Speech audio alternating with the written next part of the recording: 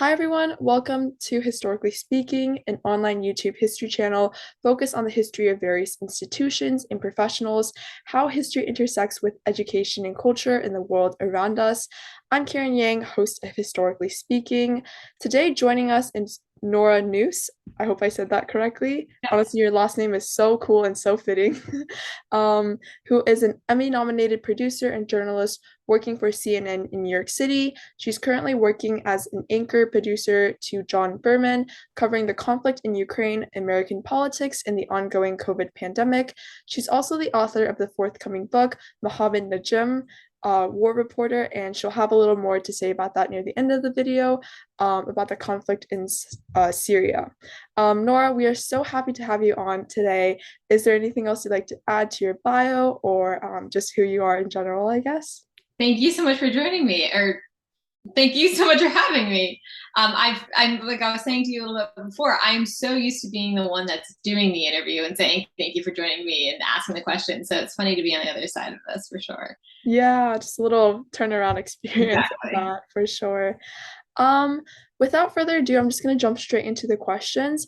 I actually stumbled upon your work and who you were just very much early on, like when you were covering the Uvalde school shooting. Mm-hmm. And something that really stuck out to me was that how like I never really considered, journalists and how they have to report a lot of these really like mentally difficult or really heartbreaking topics. And as someone who might want to go into journalism and is super interested in just kind of like the stories that people have to tell, what would it be like on your end as a reporter to address that some of these stories that might be difficult to talk about and or heartbreaking? It's really tough. And that's something that I think we all kind of deal with and reckon with in terms of both how we approach things on a professional level and telling those stories, but then also on a personal level in reckoning with these kind of awful stories, and then leaving and going home. I mean, that's I think something that's hard, but also a privilege is that I get to get on a plane and leave. Um, Especially that's more true on like natural disasters or um, uh, Ukraine, for example. I can get on a plane and leave Ukraine, and a lot of people that we're speaking with can't. Um, but I think it's really necessary to be telling these stories on a professional level. You never want to be gratuitous about how you're approaching these stories. I never want to, and CNN is pretty careful about never showing things that are too graphic, like just to be graphic or just for the shock value. Like, we never, ever, ever want to do that. Mm-hmm.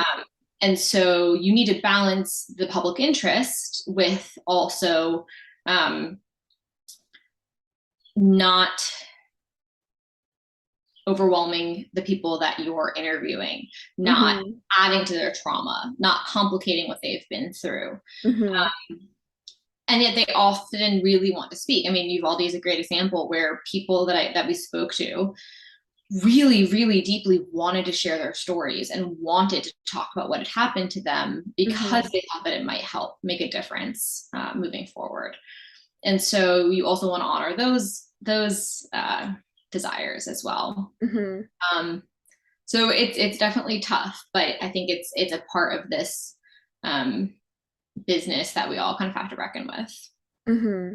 Yeah, I totally agree with of course I haven't had that experience of going out and, directly being in contact with these people, but just from like an audience perspective, seeing some of these people talk about their stories, I think like a large part of just like understanding what happened and understanding an event and understanding its legacy and its like role, I guess, in history is the fact that you have to hear these people's stories and you have to reckon, a lot of times really face on that uglier side of history and uglier side of what is going on. And I think it's definitely like, first of all, that's just really, really heartbreaking, but it also is really, really important work, as you said. And I think, putting that kind of mindset of like, essentially, I'm giving these people their voices and I'm giving Mm-hmm. them a chance to kind of address their perspective is super, super important and also Yeah, just I super, think super so. enlightening too. Yeah. Yeah, I guess I kind of wanted to build off of that question and ask that has there been any story in particular that you feel like have has been really, really touching to you and or like anyone you've met or anything else like that? I spent a year and a half ish working in Charlottesville, Virginia before I worked at CNN. I worked for the local NBC affiliate. And in Charlottesville, as a local news reporter, you meet so many people, both kind of regular people like viewers, like people that are just kind of living their lives who maybe have gotten caught up in a horrible tragedy or are on the side of the road when you're trying to like ask someone about gas prices or something. But then also, you know, all the firefighters, although the police officers, the city councilors, like I really felt like in Charlottesville, I got a really good read on the city overall. Hmm. And I came to work for CNN. And a couple weeks in was the white nationalist riot in 2017 Oh in my gosh. Charlottesville. So I ended up going back to Charlottesville Hmm. um, for that week and field produced CNN's coverage of the Charlottesville riots, which people in town and people in that community called August 12th, A12. And I think that was one of the stories that really still to this day hit me the most. I think because this was a city I loved. This was a city I had worked in for a while. I had lived there for 6.5 years Oh my or gosh. somewhere around that. And I had this kind of dual perspective of both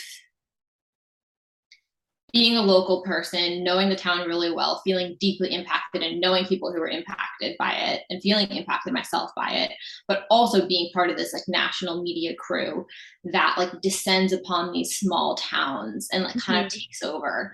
And there's this term in journalism, like parachuting in, this idea of like parachuting into these small towns from New York City or wherever. And I Hmm. think that experience in Charlesville taught me a lot of things on a lot of different levels, but among them, that a town like Uvalde, for example, is a small town. Everyone seems to know each other. And overnight, not only has the most traumatic experience of their lives, and for some people has happened, but also now they're under a microcosm, and there's hundreds of news crews, of Hmm. journalists, part of news crews that are down in that town. So I think that's something that we always try to keep a really careful eye on. That it's often not good when we're in towns, which is all like Hmm. rough but true. Um, Hmm. and always wanting to be sensitive to the communities that are going through these things. Hmm. Yeah, I think like I'm really surprised that there's like a specific term, or not really surprised, but that's kind of cool that there is a specific term to kind of describe that phenomenon And usually because it's used negatively. Usually it's like people yeah, say like, oh, yeah. they're parachuting in. So Hmm. like we want to try not to do that. Yeah.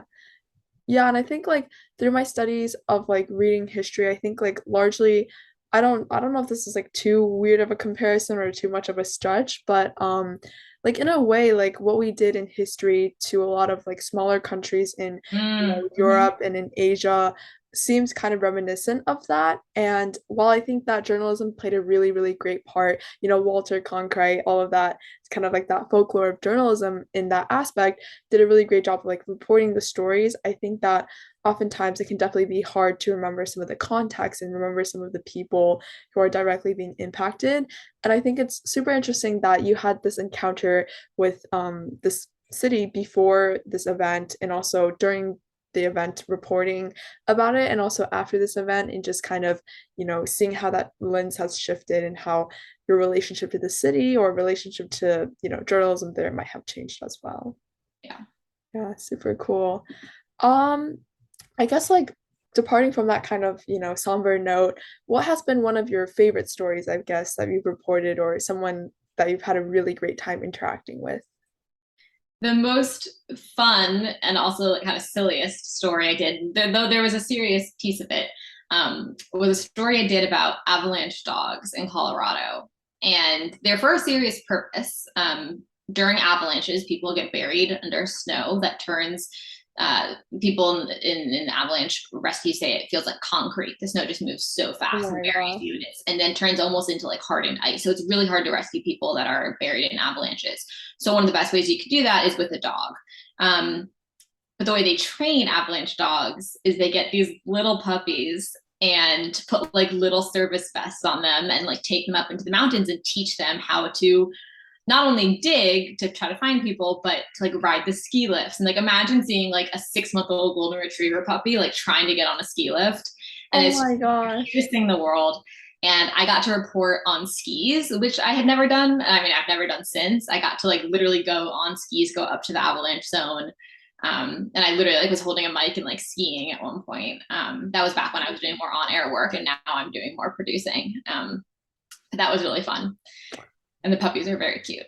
Oh my gosh. I think like that's super cool. Like, oh my goodness. Like I definitely one of my favorite part of just like watching the news, I guess, is seeing kind of the person, kind of the reporter, kind of being in these different environments and either getting like absolutely demolished by the wind or just kind of, spotting like a deer running around in the background. So I think that is super, super cool. And like that's so cute. I wish I could have seen that.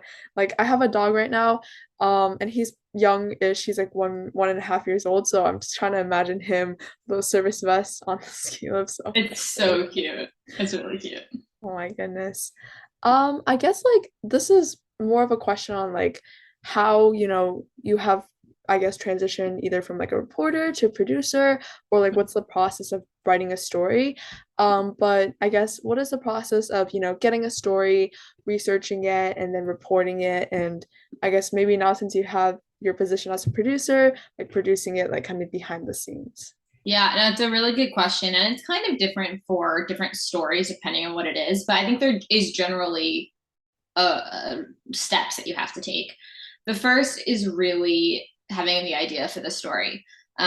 So either that's like a question you have about the world or a source that has given you an idea. I've had stories come to be both from professional sources, but also from a friend saying like, "Hey, I heard this weird thing," or like, "Huh, like I saw on Instagram." Like, it can come from all different places. Um, and then sometimes it's just a response to breaking news. So sometimes it's something like Uvalde happens, or I was at the other shooting in Highland Park, Illinois last week, and that you just kind of get on a plane and go to. But then the next step is really research. So sources are really important. Hmm. Experts, as journalists, we are rarely the expert in whatever we're covering.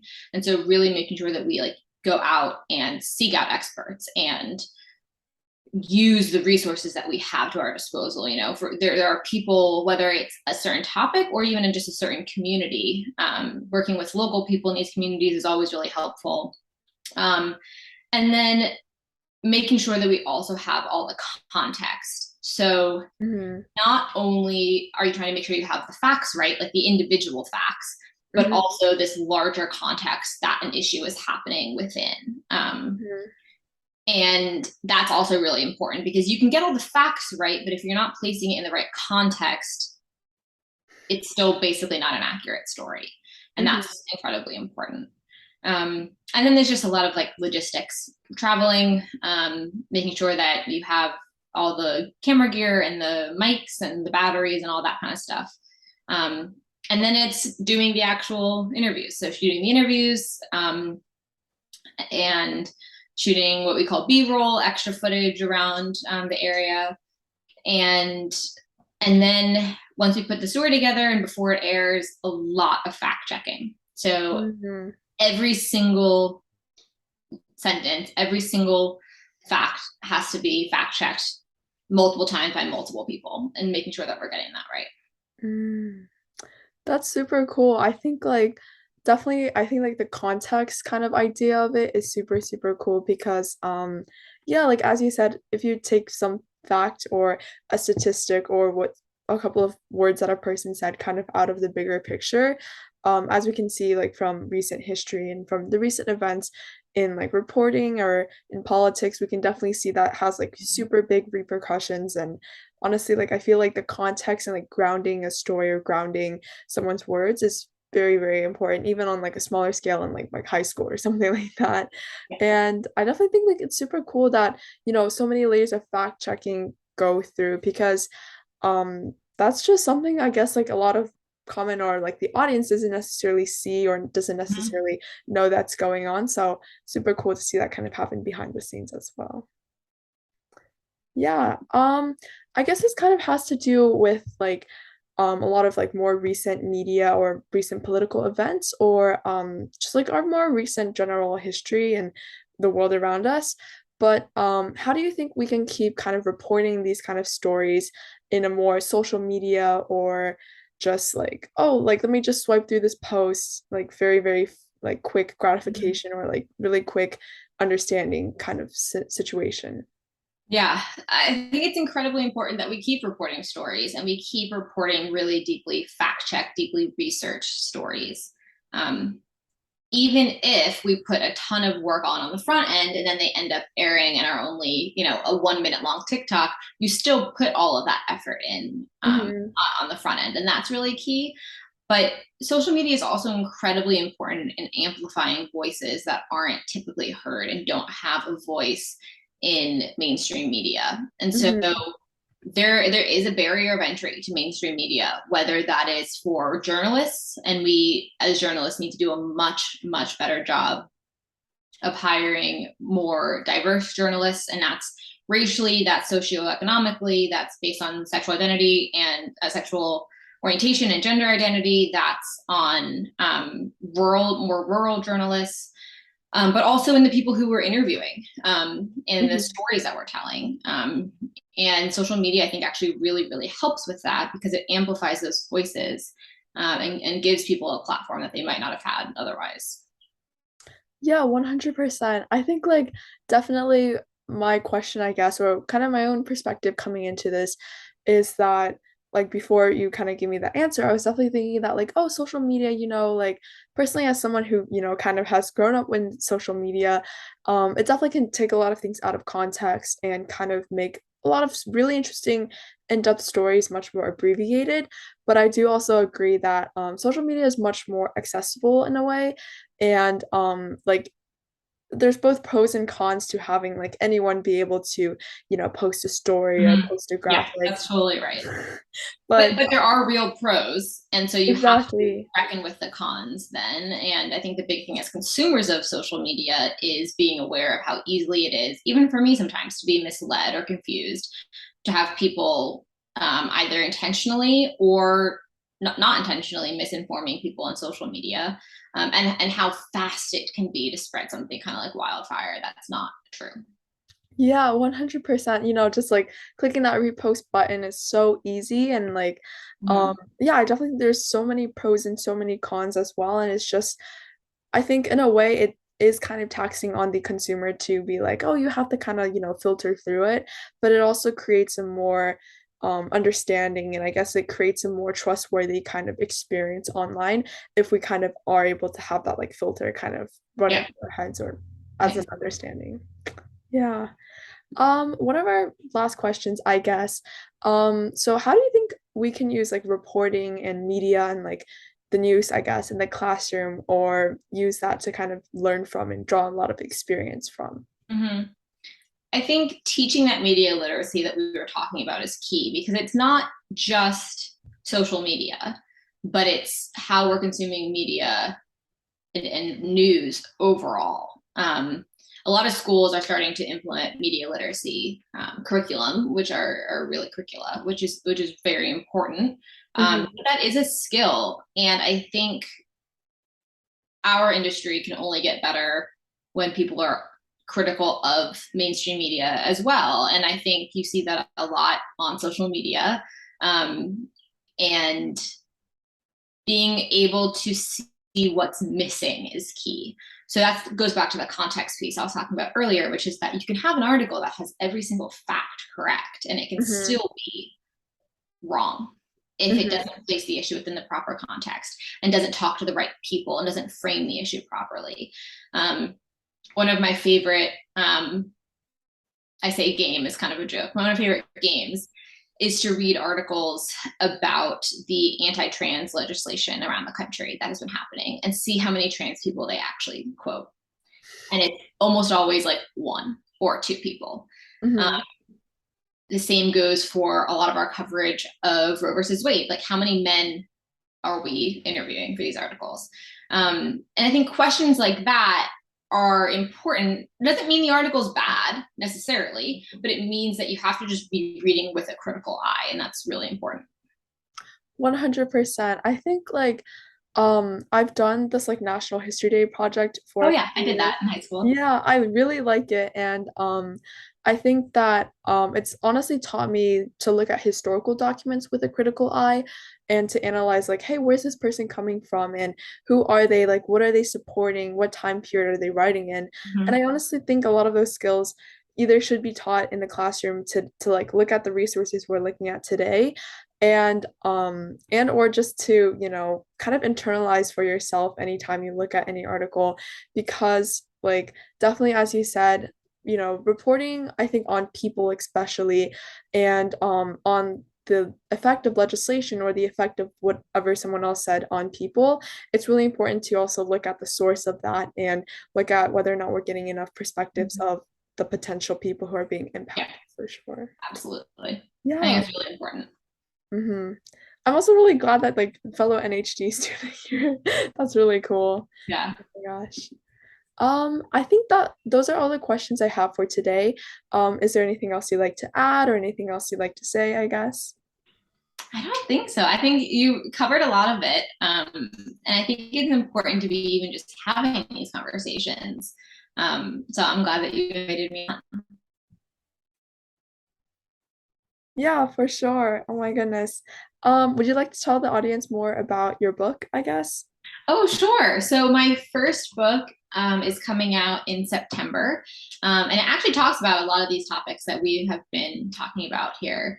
It's called Muhammad Najm War Reporter, and it's the story of a 15-year-old Syrian boy who started, the true story, who started taking selfie videos during the war in Syria, posting them on the internet, and soon went viral and then kind of catastrophe ensued for him and his family. So it's the story of one regular boy fighting against a huge evil presence. It's also the story of citizen journalism. And it's also really the story of the power of like one person to change the world. That's super cool. And oh my gosh, I'm looking forward to like seeing it all around. And that sounds just super cool. Um, yeah, I guess like a question from that is because you said it was a true story.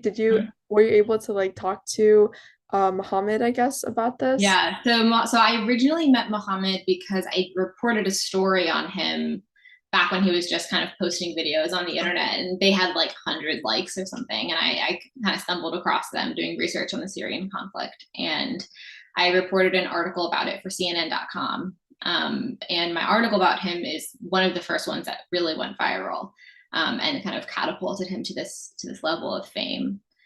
And since then he's almost 20, he's like 19 and a half, almost 20, and we're incredibly close now. He's like my brother. That's As awesome. he says I'm like his sister. He is one of the most incredible people that I have ever met, and I got to go to Turkey to visit their family. They escaped Syria and live in Istanbul, Turkey now. And so I'm close with his whole family, and he and I wrote the book together. So it's his story, and really is, I think, well representative of his perspective. That's super awesome. And honestly, that is so cool just to be able to make all of these really great connections, beyond just our own, I guess, like our own spheres, but also just around the world and around the country as well. So super, super cool for sure. Oh my goodness.